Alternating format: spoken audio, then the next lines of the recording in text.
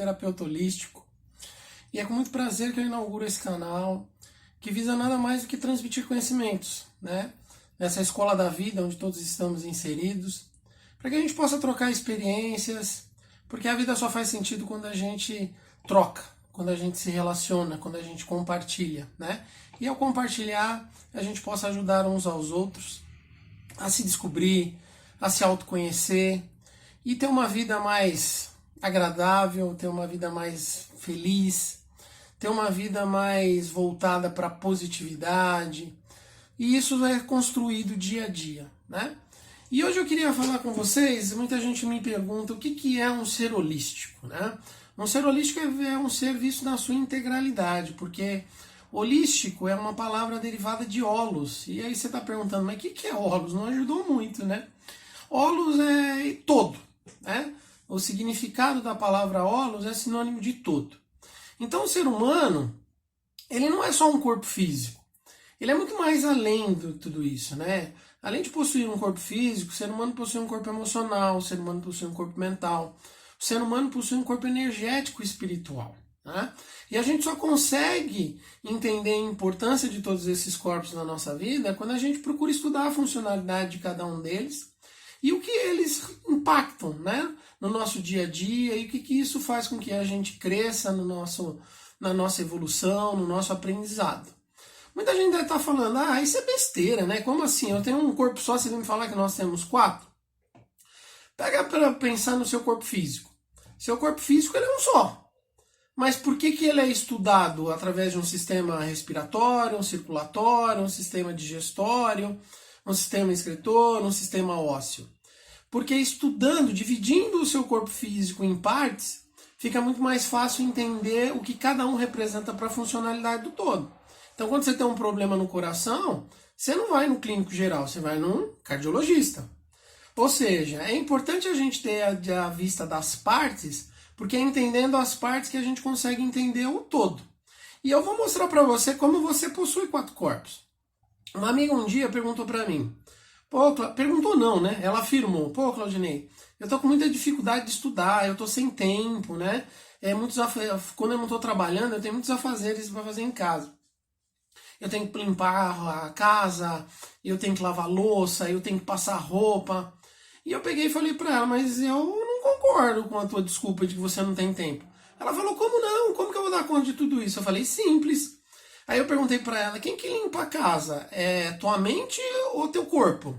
Ela não entendeu muito bem. Aí eu falei, deixa eu te fazer uma outra pergunta.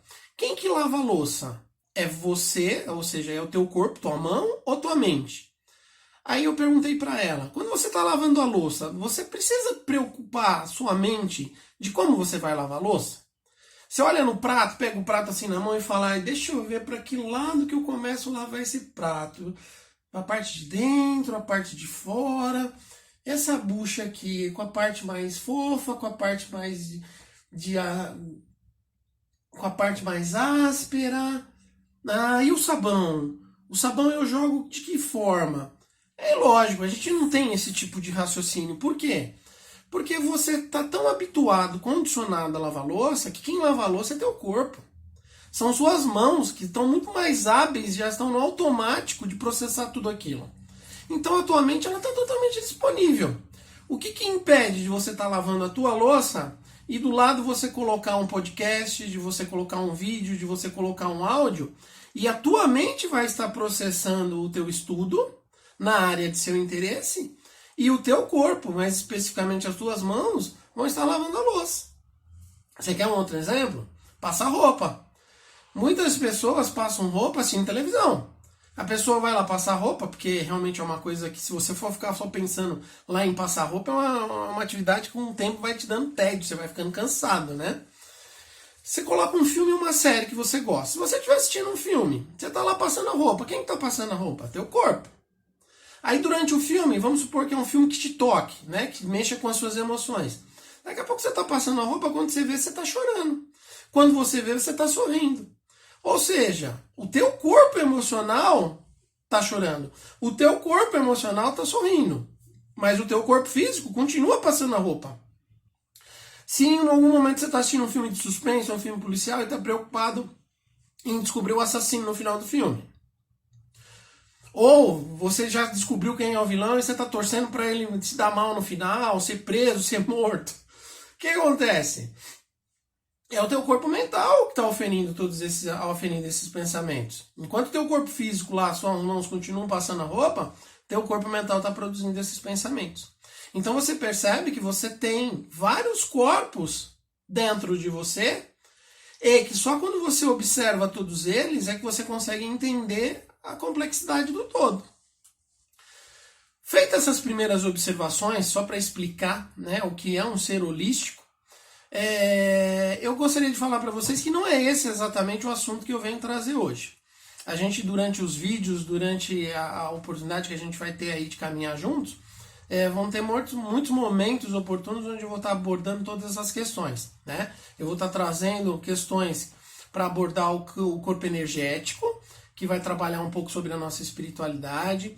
Eu vou trazer questões sobre o nosso campo corpo mental, sobre os nossos pensamentos, expansão de consciência, a forma de aprendizagem. Vou estar trazendo questões para a gente debater sobre o corpo emocional, a importância de a gente entender nossas emoções e o quanto ela é importante para a nossa vida, para os nossos relacionamentos. E também vamos ter vídeos aí onde a gente vai estar trabalhando algumas questões relacionadas ao corpo físico, mas mais voltados para a área da metafísica da saúde. O que é a metafísica da saúde? É aquela que busca entender as doenças através das causas emocionais, né? E isso vai ficar para os próximos vídeos. Mas feita essa introdução, hoje eu queria falar para vocês um tema até um pouco ambicioso, né? Quem somos nós? É óbvio que eu não quero ter verdade absoluta para responder uma pergunta que a humanidade inteira se faz desde que se viu aqui, né, nesse planeta. Isso é a grande questão do universo, é a grande questão de todos nós humanos. Mas eu queria trocar um pouquinho da minha história, um pouquinho da minha experiência para abordar esse tema.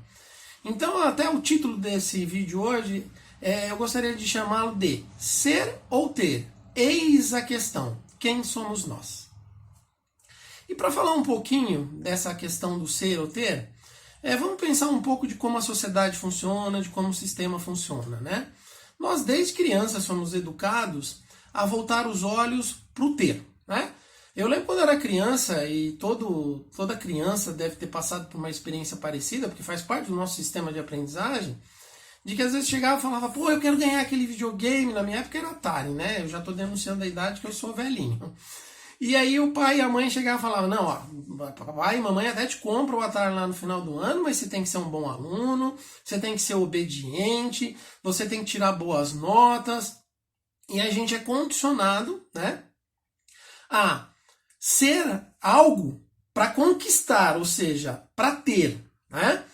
E é assim que a gente vai sendo educado nesse sistema, que é como o nosso universo funciona. Independente de ser certo ou errado, é assim que ele funciona.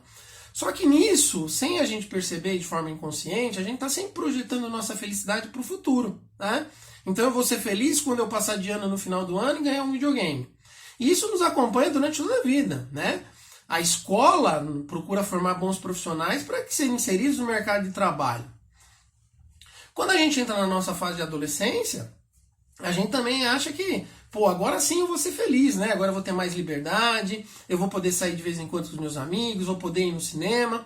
Aí depois, obviamente, você já é condicionado. Não, você vai ser feliz quando você entrar na faculdade, quando você passar no vestibular. Aí depois você passa no vestibular, escolhe sua carreira, fala, não, mas você vai ser feliz quando você conseguir seu primeiro emprego, quando você comprar ou ganhar o teu primeiro carro, que aí você vai poder sair, vai poder dirigir, vai poder namorar com mais tranquilidade. Não, você vai ser feliz depois quando você conseguir o teu primeiro emprego, quando você conseguir uma promoção, quando você estiver ganhando bastante dinheiro e com o seu dinheiro você poder comprar as coisas que você gosta. Não, você vai ser feliz quando você casar, quando você tiver filhos, quando você tiver sua casa própria. Ou seja, a partir do momento que a gente consegue algo, a gente sempre projeta a nossa felicidade para aquilo que a gente ainda não tem e vai atrás dessa nova conquista. Tem alguma coisa errada nisso? Absolutamente. Não há nada errado nisso, até porque a vida seria muito tediosa se a gente não tivesse sonhos, objetivos, metas e conquistas para alcançar. É isso que faz a vida se tornar divertida. Então, onde entra a questão que eu gostaria de tratar com vocês, E ao tratar essa questão, eu vou falar um pouco sobre a minha experiência pessoal e como eu acabei despertando dessa importância de a gente se questionar de ser ou ter. Quando eu tinha 18 anos, eu acabei escolhendo uma profissão que não era a minha primeira opção, né? E fui por facilidades, por achar que eu ia ganhar mais dinheiro naquela profissão, que seria mais fácil adentrar no mercado de trabalho. E a própria profissão que eu gostaria de cursar, que me movia, né, que me trazia uma paixão, eu acabei deixando de lado.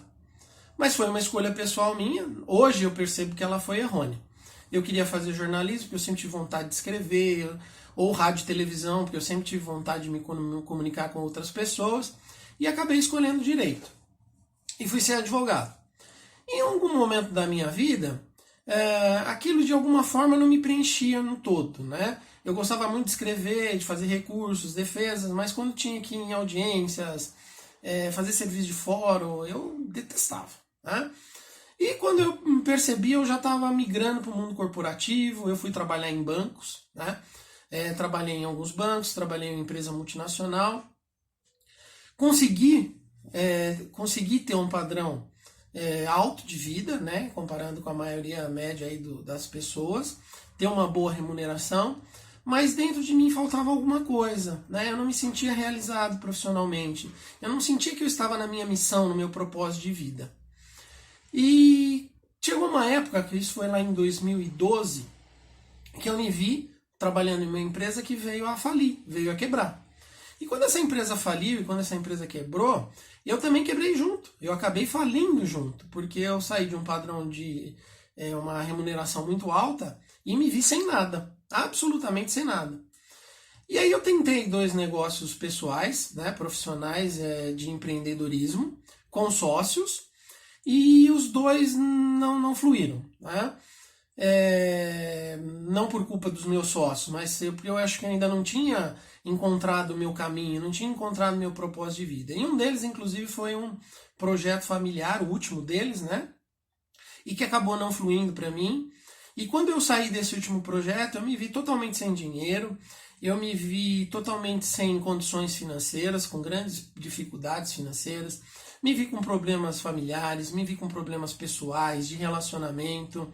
Ou seja, tudo aquilo que pautava a minha história é como se tivesse ruído. Eu olhava para mim no espelho e eu não sabia quem eu era. Porque eu tinha perdido bens, eu tinha perdido dinheiro, eu estava passando uma situação muito complicada nos meus relacionamentos. E para ajudar tudo isso, eu comecei a somatizar vários problemas no meu corpo físico. Uma rinite crônica que eu tinha desde a infância, que me trouxe, com o passar do tempo, crises de asma, de ter que utilizar bombinha para poder dormir, né, porque falta de ar, não conseguia respirar. 3 hérnias de disco na coluna, na região lombar, vértebras L5, L4, L3. Me vi com problemas estomacais, me vi pressão alta, hipertenso, né? Eu que nunca tinha tido problema de hipertensão, me vi tendo uma pressão oscilando em 17,10, 15,9, pré-diabético. E aí eu me vi olhando no espelho sem saber quem eu era, porque tudo aquilo que me definia estava fora de mim. Tudo aquilo que dava sentido para a minha vida estava fora de mim. E quando aquelas coisas deixaram de existir, eu não sabia quem eu era. Eu que moro num apartamento do 8º andar, muitas vezes eu me vi olhando para a sacada e não vou negar. Achei muito tentador a possibilidade de pular do 8º andar. Obviamente que eu não fiz, senão não estaria aqui contando essa história para vocês, graças a Deus eu não fiz. Mas eu não sabia mais quem eu era. Eu olhava no espelho e eu falava, quem você é? Né? Porque eu não tinha mais profissão, eu não era mais advogado, eu não era mais do mundo corporativo, eu não era mais bancário, eu não era mais empreendedor, empresário, eu não tinha mais dinheiro para comprar as minhas coisas, as coisas que me satisfaziam, meus relacionamentos estavam indo de mal a pior. E aí eu olhava para mim e eu não conseguia entender quem eu era, porque tudo que me definia estava no ter, estava fora de mim. E aí eu passei por uma crise de identidade muito grande, que me levou a buscar uma terapia. E nessa terapia eu tive a sorte de encontrar uma terapeuta energética que me inseriu nessa área holística, que fez a minha consciência se expandir para entender que eu tinha muitas coisas dentro de mim que eu não tinha acessado, que eram potenciais, tesouros escondidos que deveriam ser revelados, e isso fez uma grande mudança na minha vida. Foi quando eu fui procurar entender as minhas emoções, foi quando eu fui procurar entender meus pensamentos, com o funcionamento da minha mente, foi quando eu fui procurar entender as minhas energias, e ali eu comecei o meu renascimento, a minha reconstrução. Ou seja, ali eu comecei a olhar para dentro de mim. Ali eu fui buscar o meu autoconhecimento. Ali eu fui tentar entender o ser. O que eu sentia, o que eu estava experimentando dentro de mim, quais as emoções que estavam presentes, que estavam causando todo aquele tumulto, aquele conflito. Quais eram os pensamentos negativos que eu estava carregando, que me fizeram pensar até me jogar do 8º andar. Então aí que eu fui entender que todas as coisas que a gente busca fora, todas as respostas já se encontram dentro de nós. E a gente ouve isso na terapia. Todas as respostas já estão dentro de você. E aí eu vi o quanto eu tinha sido negligente com o ser. O quanto eu tinha deixado de olhar para dentro de mim. Quantas as vezes eu tinha abandonado meu propósito, minha missão de vida, meu propósito de vida. Quantas vezes eu tinha me anulado como pessoa para buscar as coisas externas, para agradar as pessoas que estavam ao meu lado, e com isso eu fui desagradando a mim mesmo. Eu fui falando não para mim mesmo, né? Para você entender o que é ter ou ser, eu te faço uma única colocação. Tudo aquilo que você não leva quando você morre é ter. Tudo que está fora de você. Porque a morte é a única certeza que a gente tem na vida. Né? Todos nós sabemos que um dia nós vamos morrer. A única certeza que a gente tem na vida é essa. E tudo aquilo que nós conquistamos, tenha certeza que você já perdeu. Ou você vai perder por uma falência, ou você vai perder pessoas que você ama através de um divórcio, de uma separação, ou através do falecimento delas. Mas tudo que está fora de você, que faz parte do plano físico, material, que é a área do ter, tudo isso você já perdeu. Porque quando você morre, você não leva teu marido, você não leva tua esposa, você não leva teu carro, você não leva tua casa, você não leva teu dinheiro. Ou seja, você não leva nenhuma conquista, você não leva o teu status, o teu poder, você não leva a tua profissão. Ou seja, tudo isso fica. Né? Tudo aquilo que você construiu, as tuas metas, os seus objetivos, fica do lado de fora. Mas o que você carrega? Você carrega todas as experiências. As experiências que te trouxeram conhecimento. As experiências que trouxeram expansão de consciência. Que fizeram você aprender, crescer, evoluir. Você leva todas as emoções que você compartilhou com as pessoas. Todo o amor que você distribuiu. Todo o amor que você recebeu das pessoas. Ou seja, todas as coisas que estão dentro de você. Porque ninguém vê os teus pensamentos, ninguém vê tuas emoções, ninguém vê a expansão da sua consciência, porque essas coisas estão ligadas ao mundo da percepção, o mundo das sensações, o mundo das experiências. E essas experiências, essas sensações que estão dentro de você foram experimentadas por você. Ou seja, então só você sabe o amor e a dor que você carrega dentro de você. E essas experiências, essas sensações, essas percepções, esses sentimentos que fazem parte do mundo do ser, isso você carrega, independentemente para onde você vá, independentemente da sua crença religiosa. Tudo aquilo que você conquistou dentro de você, isso você leva para onde você for. E é justamente aí que a gente entende, quando Jesus falava de que a gente deveria juntar os tesouros que o homem não pode roubar. Né? Porque tudo que é material, eu posso ser assaltado, aquilo pode ser tirado de mim uma hora ou outra em virtude de algumas circunstâncias da vida.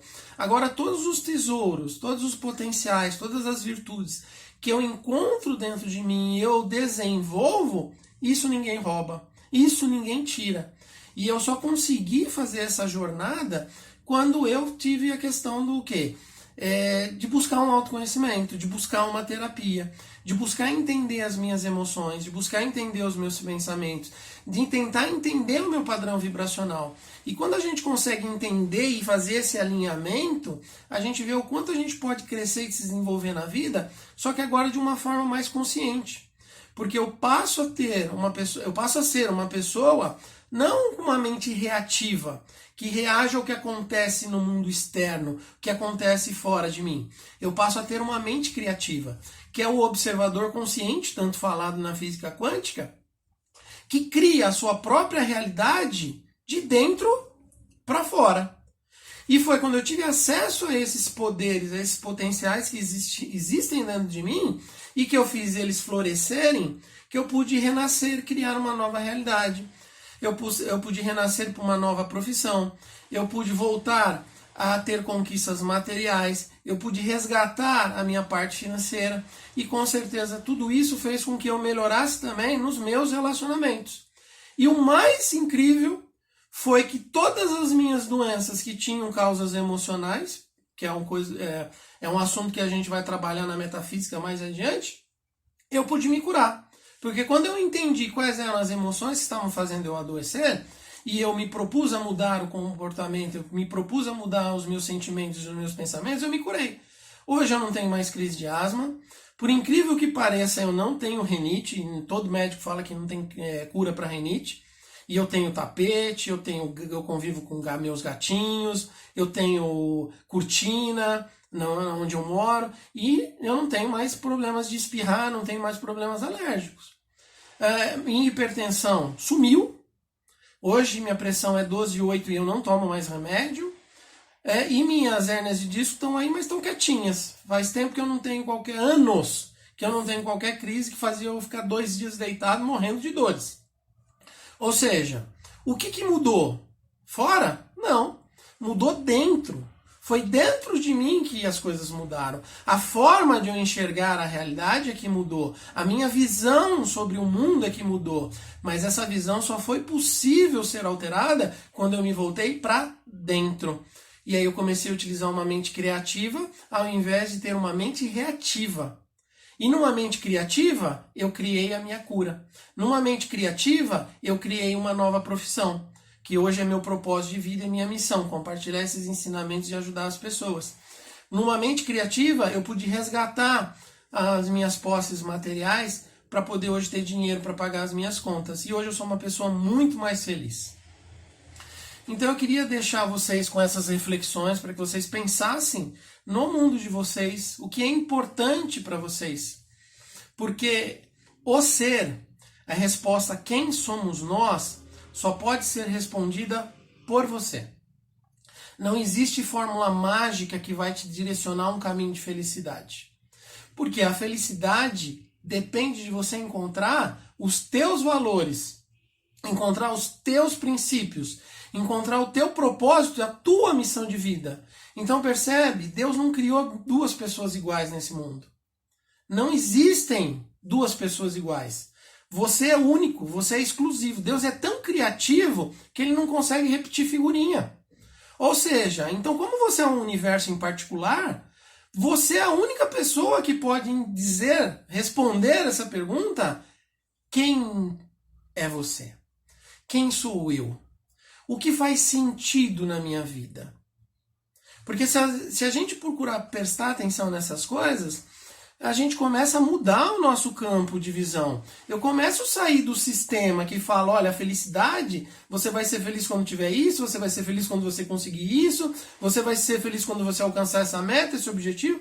Isso é ótimo para o mundo capitalista e de consumo, mas é péssimo para o teu desenvolvimento espiritual, o teu autoconhecimento. Lembra o que Jesus falava também? Procurai primeiro o reino dos céus e todas as demais coisas lhe serão acrescidas.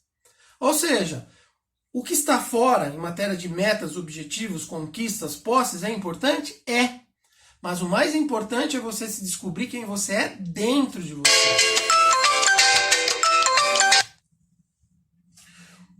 É descobrir o que é mais importante dentro de você.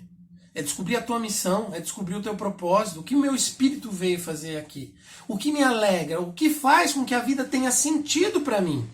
E isso nenhuma outra pessoa vai conseguir responder para você, porque todas as respostas estão dentro de você. E essa é uma pergunta que quase ninguém sabe responder. Quando você pergunta para alguém, eu mesmo já fiz essa experiência em sessões de terapia, quem é você? Aí a pessoa fala, eu sou filho de fulano, sou filha de Beltrana, eu tenho 3 irmãos, o nome deles é isso, isso e aquilo. Aí eu interrompo, né, de forma muito educada e falo, eu não perguntei da tua família, eu perguntei quem é você. Aí a pessoa tenta mudar e ela fala, eu sou advogado, eu sou engenheiro, eu sou enfermeira, eu ganho tanto por mês. Aí eu falo, mas eu não perguntei da tua profissão, do teu trabalho, eu perguntei quem é você. Ou seja, qualquer pergunta que você faz desse lado, as pessoas sempre se voltam para fora. Quem é você? Eu sou casado com fulano, eu tenho tantos filhos, eu tenho um carro, eu tenho uma casa. Aí você fala, olha, eu não perguntei das suas conquistas, da tua família e das tuas posses materiais. Eu perguntei quem é você. Você percebe o quanto é difícil a gente responder essa questão? Eu demorei mais de 40 anos para começar a tirar pequenas ilustrações que me levassem a essa resposta para que eu pudesse hoje compartilhar um pouco desse conhecimento com vocês. Mas eu só consegui chegar a essas respostas quando eu consegui fazer uma viagem interior. Quando eu consegui fazer uma reforma íntima. Porque essas respostas só podem ser dadas quando a gente se olha para dentro. Por isso a importância do autoconhecimento. Por isso a importância de uma terapia. Por isso a importância de você ter um coach, um mentor que te ajude a elaborar essas questões para que você encontre o sentido da sua vida dentro de você e pare de buscar fora. Para finalizar esse vídeo, eu queria contar uma história que eu acho que traz muito essa questão do ser e do ter. E a história é mais ou menos assim. Existia uma pessoa, quando era criança, ela veio de uma família muito humilde, pobre, né, no sentido da visão do ter, e os pais moravam no interior, tinham uma chacarazinha pequenininha, tinha poucas galinhas ali, e era um trabalho bem árduo, eles tinham lá a própria horta deles, então era um trabalho manual, voltado para o campo, tinha a cozinha lá ainda de a lenha, né, para cozinhar os alimentos, e não tinha muitas posses, né, eram posses escassas. E aquela criança tinha um sonho de vir morar na cidade grande, tinha sonho de ser alguém na vida, tinha sonho de enriquecer, de ter dinheiro. E ele batalhou muito para conseguir tudo o que ele queria, né? E conseguiu. Com muito esforço ele veio estudar aqui numa cidade grande, ele foi se desenvolvendo, depois ele se tornou um grande empresário, teve a sua própria empresa, deu emprego para muitas pessoas, ganhou muito dinheiro e deu para o filho dele tudo que ele não teve na infância, né? Tudo que o filho queria, todas as coisas materiais que ele não teve acesso, ele se sentiu muito feliz em poder dar tudo isso para o filho. E chegou um momento da vida dele que o filho ainda era pequeno, estava lá por volta dos 8 anos, e ele resolveu levar o filho para essa cidade do interior, onde ele tinha nascido, e ele deixou na casa de uns amigos que fizeram parte da infância dele e que ainda levavam uma vida muito simples, né? Assim como a que ele teve durante a infância. E ele queria que o filho aprendesse, né? Dar valor às coisas que ele tinha, ver o quanto era difícil ter uma infância pobre e ter uma infância com dificuldades. E ele achou que esse seria o grande ensinamento que ele poderia dar para o filho dele. E assim o fez. Quando o filho entrou em férias, ele deixou o filho passando as férias na casa desses amigos dele, na cidade onde ele tinha nascido, que tinha mudado poucas coisas. E depois, quando acabou as férias, ele foi buscar o filho. E aí o filho entrou no carro e ele falou: "Você viu, meu filho, como é difícil, né? Viver uma vida simples, como é difícil passar por dificuldades. O que você tirou e aprendeu de tudo isso, meu filho?" E o filho, apesar da pouca idade, revelou uma sabedoria fantástica, como se tivesse um espírito muito velho. E ele falou: "Papai, sabe que eu gostei de tudo isso? de acordar cedo, ver que logo cedo eles estavam indo lá tirar o leitinho da vaca, e a gente tomava café todos reunidos. Em cada alimentação eles faziam uma oração, né? E é engraçado, papai, por que a gente não coroa em casa, né?